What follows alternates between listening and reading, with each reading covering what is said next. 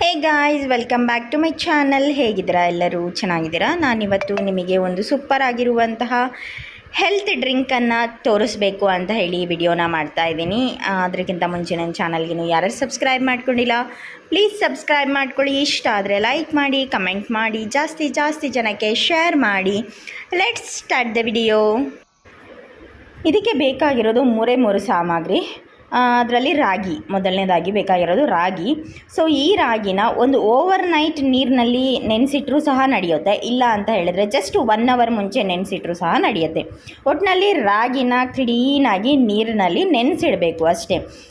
Minimum ನೀವು 1 ಗಂಟೆನಾದರೂ ನೆನೆಸಲೇಬೇಕು. ಅದಕ್ಕಿಂತ ಕಡಿಮೆ ನೆನೆಸಿದ್ರೆ ಅಷ್ಟು ಚೆನ್ನಾಗಿ ರಾಗಿ ಹಾಲು ಬರೋದಿಲ್ಲ. ಸೊ ಅದಕ್ಕೋಸ್ಕರ 1 ಗಂಟೆನಾದರೂ ನೀವು ಆ ರಾಗಿಯನ್ನು ನೀರಿನಲ್ಲಿ ನೆನೆಸಬೇಕಾಗತ್ತೆ. ನೆಕ್ಸ್ಟ್ ಒಂದು ಮಿಕ್ಸಿ ಜಾರನ್ನು ತೊಗೊಂಡ್ಬಿಟ್ಟು ಈ 1 ಗಂಟೆ ಏನು ರಾಗಿನ ನೀವು ನೀರಿನಲ್ಲಿ ನೆನೆಸಿಟ್ಟಿರ್ತೀರ, ಆ ನೆಂದಿರುವಂಥ ರಾಗಿನ ಅದಕ್ಕೆ ಹಾಕ್ಕೊಳ್ಳಿ. ಅದರಲ್ಲಿ ನೀರಿನ ಅಂಶ ಒಂಚೂರು ಇರಬಾರ್ದು, ಪೂರ್ತಿ ನೀರನ್ನು ಸಹ ನಾವು ತೆಗ್ದಿರಬೇಕು. ಬರೀ ರಾಗಿಯನ್ನು, ನೆಂದಿರುವಂತಹ ರಾಗಿಯನ್ನು ಇದಕ್ಕೆ ಕ್ಲೀನಾಗಿ ಹಾಕ್ಕೊಳ್ಳಿ.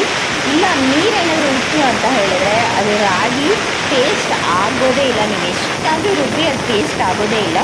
ಸೊ ಅದಕ್ಕೋಸ್ಕರ ಅದರಲ್ಲಿ ನೀರಿನ ಅಂಶ ಒಂದು ಸ್ವಲ್ಪನೂ ಇರಬಾರ್ದು. ಅದು ಅಲ್ಲದೆ ನಾವು ಇದಕ್ಕೆ ಬೆಲ್ಲನೂ ಸಹ ಆ್ಯಡ್ ಮಾಡ್ತೀವಿ.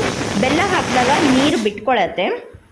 ಸೊ ಅದಕ್ಕೋಸ್ಕರ ನಾವಿಲ್ಲಿ ನೀರು ಒಂದು ಚೂರು ಇಲ್ದಿರೋ ಹಾಗೆ ತಕ್ಕೊಂಡಿರ್ತೀವಿ.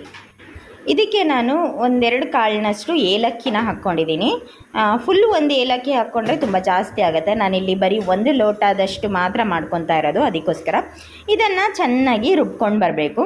ರುಬ್ಕೊಂಡು ಆದ ನಂತರ 1-2 ರೌಂಡ್ ರುಬ್ಕೊಂಡು ಆದ ನಂತರ ಇದಕ್ಕೆ ಬೆಲ್ಲದ ಪುಡಿಯನ್ನು ಸೇರಿಸಬೇಕು. ನಿಮ್ಮ ರುಚಿಗೆ ತಕ್ಕಂಗೆ ನೀವು ಬೆಲ್ಲನ ಆ್ಯಡ್ ಮಾಡ್ಕೊಳ್ಬೇಕು.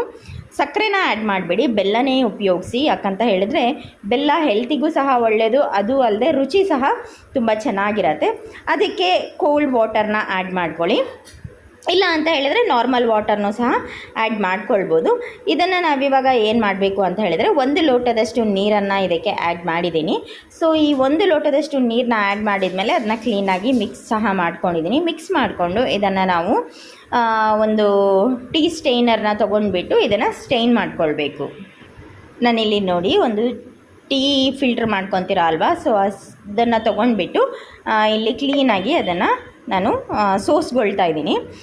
ನಾವು ಫಸ್ಟಿಗೆ ಹಾಕಬೇಕಾದ್ರೆ ಫುಲ್ ಹಾಲಿನ ಅಂಶ ಏನಿರುತ್ತೆ ಅದಷ್ಟು ಬಂದುಬಿಡತ್ತೆ.